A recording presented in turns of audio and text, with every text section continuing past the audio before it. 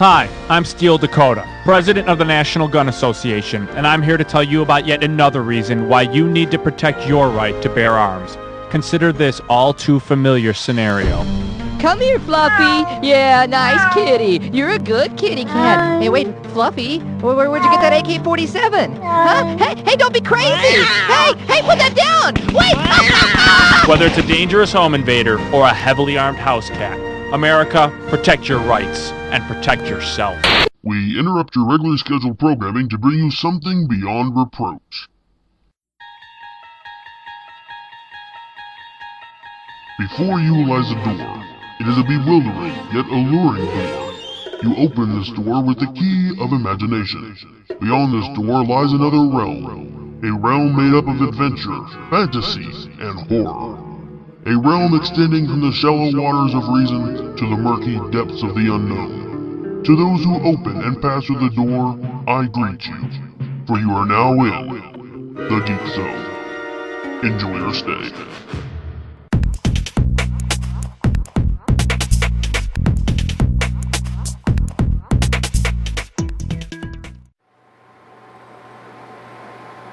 Hello everyone, and welcome to the Geek Zone. I'm your host, Justin T. Sutherland. Guess what? No holiday again. Man, we've kind of hit a dry spot. Well, since there is no holiday, I've got to fill time with something, so... Ooh, check this out!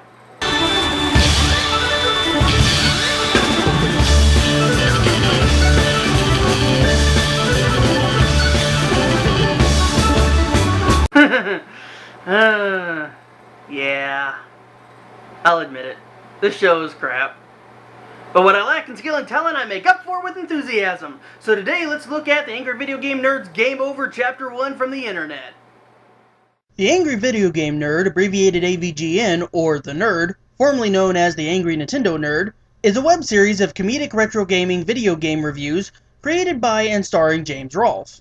The show's format revolves around Rolfe's commentary and review of older video games, which are deemed to be particularly low quality or poor design. The series began as a feature on YouTube, later becoming a program on Screw Attack Entertainment, before moving to game trailers exclusively. The show was renamed The Angry Video Game Nerd to prevent any trademark issues with Nintendo, and due to the fact that he started reviewing games from non-Nintendo consoles, such as those made by Atari and Sega. Rolfe's character, the Nerd, is a short-tempered and foul-mouthed video game fanatic. He gets his comedy from excessive and inventive use of anger, profanity, and excessive consumption of beer while reviewing video games. His popularity has risen to such an extent that several people have made computer video games based on his show. I already reviewed one such game titled The Angry Video Game Nerd's Angry Video Game way back in episode 7. Well, this time we're reviewing one made by another fan named Gavin McLean. You can find more of his games at www.lordgavingames.webs.com. I'll probably be reviewing more of his games as time rolls on. As for now, let's dive into the Angry Video Game Nerd's Game Over Chapter 1 and see if this mountain of pixelated adventure can impress the unimpressed turtle. Ready, set, boot 'em up! The controls in this game is kinda hard to rate. On the one hand, they are simple enough to learn as there are only 3 directional buttons and 1 attack button. But on the other hand, the game seems not to be able to handle you pushing 2 buttons at once.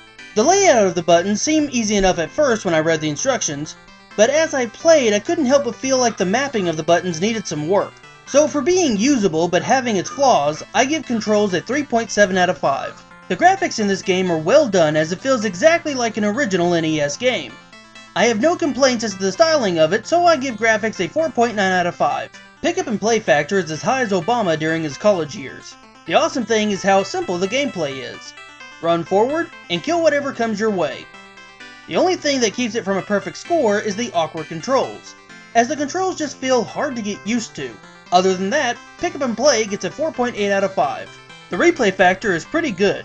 I notice that every time that I go to play this thing, I get a little farther than I did before. So even if I get my butt kicked on a level, if I walk away and come back, I discover I'm able to pass the level. So, replay factor gets a 4.9 out of 5. The sound in this game isn't bad, but it isn't great either. The Angry Video Game Nerd's commentary is clean and clear, but when it comes to music, it just kinda falls flat. I get the creator was looking to make it so the levels you played sounded like the games are based off of, but I would have liked it if he had jazzed it up in some way. But really that is just a personal preference, and thus I give sound a 4.9 out of 5. We'll be back after these messages. And now back to our show. The story is simple, yet for a beat-em-up game, simple is the best way to go. The angry video game nerd is in his room playing some awful NES games when he comes across a game with no label. When he pops it into his NES, a flash of light transports him to the video game universe. Now he must travel through the most iconic NES games to fight his way back to the real world. I like it. Simple, easy to remember. I like the story, and thus he gets a 5 out of 5. The wanna-play factor is kinda riding the fence. On the one hand, the game is fun, enjoyable, and entertaining. I can't help but get into this thing and find myself having a lot of fun. But on the other hand, the game takes on average 5 to 7 minutes to load. The controls are kinda awkward, and I have to be careful as who is within earshot of this game due to all the cursing involved. So, wanna play factor gets a basic 4 out of 5. Now let's tally up the score. Control, 3.7 out of 5, C-. Graphics, 4.9 out of 5, A+. Pickup and play factor, 4.8 out of 5, A+. Replay factor, 4.9 out of 5, A+. Sound, 4.9 out of 5, A+. Story, 5 out of 5, A++. Wanna play factor, 4 out of 5, B-. Total, 32.2 out of 35, giving the Angry Video Game Nerds Game Over Chapter 1 from the internet a 92%. Congrats, Game Over, you get a grade of A-. Now, would I recommend this? Well, that depends on your age. If you are 16 and younger, I would have to say no, primarily due to the constant barrage of swear words in this game. But then again, kids shouldn't even know who the Angry Video Game Nerd is. So for those of us of the appropriate age, I say, sure, give it a try. It's definitely worth the 5-minute boot-up time. Well, that does it for this episode. If you'll excuse me, this strange secret group of people have discovered my teleporting powers and now wants to kill me, so I have to go deal with that. Later. We now return you to your normal broadcast. Thank you. Great Wear Lip Color by Maybelline. Maybe she's born with it. Maybe it's Maybelline.